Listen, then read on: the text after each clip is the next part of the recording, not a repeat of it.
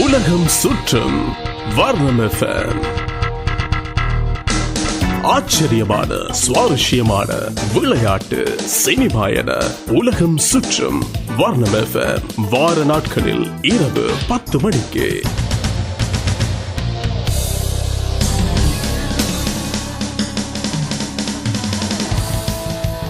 இந்திய பெருங்கடல் பகுதியில் கடினமான 58 பொருட்களை கண்டுபிடித்துள்ளனர் மலேசிய விமானத்தை தேடும் பணியில் ஈடுபட்டுள்ள ஆஸ்திரேலிய குழுவினர். இவை காணாமல் போன மலேசிய விமானத்தின் பாகங்களா என்பதை கண்டறிய ஆய்வுக்கு அனுப்பப்பட்டுள்ளன. பிரித்தானிய இளவரசி எலிசபெத்தின் ஹெலிகாப்டரை செலுத்த விமானி உடனடியாக தேவையாம். இந்த தகவலை பிரித்தானிய அரசு குடும்ப வலைதளத்தில் விளம்பரப்படுத்தியுள்ளனர். இவருக்கு மாத சம்பளம் சுமார் 6.5 லட்சம் தரப்படும் எனவும் விளம்பரப்படுத்தப்பட்டுள்ளது. செவ்வாய் கிரகத்தை ஆராய்ச்சி செய்வதற்காக நாசா கியூரியோசிட்டி ரோவர் விண்கலத்தை 2 வருடங்களுக்கு முன்னர் அனுப்பி வைத்தது. இந்த விண்கலம் இப்போது மலையொன்றின் உச்சியை அடைந்துள்ளதாம். கூகுள் ஹேங்கவுட்ஸ் கணக்கினை வைத்திருப்பவர்கள் கூகுள் பிளே ஸ்டோர் தளத்தில் இருந்து இதன் புதிய பதிப்பான கூகுள் ஹேங்கவுட்ஸ் வெர்ஷன் 2.3 தரவிறக்கம் செய்து கொள்ள முடியுமாம். மின்சாரமோ எரிபொருள் செலவோ இன்றி கால்களால் ஓட்டி செல்லக்கூடிய சிறிய ரக கார் ஒன்று வடிவமைக்கப்பட்டுள்ளது. பெடலிஸ்ட் எனப்படும் இந்த காரானது 34 அங்குல அகலமும் 68 தொடக்கம் 91 கிலோகிராம் எடையும் கொண்டதாம். இந்த கார் பொலிகார்பனேட்டினால் ஆன வெளியமைப்பையும் கொண்டதாம். 2015 இறுதி பகுதியில் இந்த கார் விற்பனைக்கு வரும் என எதிர்பார்க்க முடியுமாம்.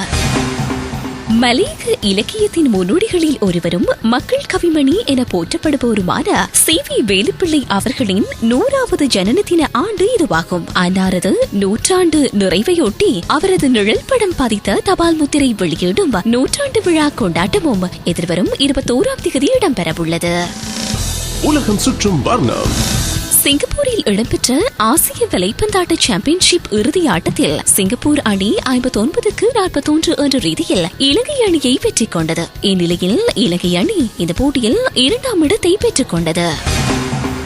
பாகிஸ்தான் அணியின் வேகப்பந்து வீச்சாளர் சையத் அஜ்மல் அடுத்த வருட உலகக்கிண்ண போட்டியில் விளையாட எதிர்பார்த்துள்ளதாக கூறியுள்ளார். ICC விதிமுறைகளை மீறி பந்து வீசுவதாக சர்வதேச கிரிக்கெட் சபை இவருக்கு பந்து வீச தடை விதித்தது. அடுத்த மாதம் இடம்பெறவுள்ள ஆஸ்திரேலியாவுக்கு எதிரான தொடரில் இவரால் விளையாட முடியாவிட்டாலும் அடுத்த வருடம் பிப்ரவரி மாதம் 14ஆம் தேதி நியூசிலாந்து மற்றும் ஆஸ்திரேலியாவில் ஆரம்பமாகும் உலகக்கிண்ண போட்டிகளில் விளையாட முடியும் என நம்பிக்கை வெளியிட்டுள்ளார். உலகம் சுற்றும் வர்ணம்.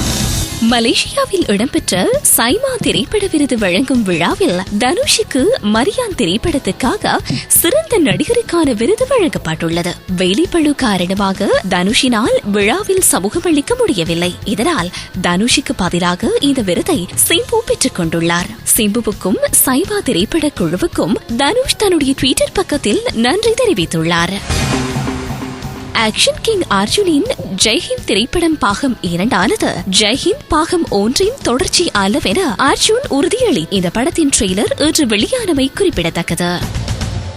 இத்துடன் இன்றைய உலகம் சுற்றும் வருடம் தொகுப்பு நிறைவடைகின்றது. உலகம் சுற்றும் வருடத்தின் ஒலிப்பதிவை வர்ணம் எஃப்எம்மின் ஃபேஸ்புக் மற்றும் யூடியூப் தளங்களில் நீங்கள் கேட்கலாம். மீண்டும் நாளை சந்திக்கலாம். நான் கிருஷ்ணி.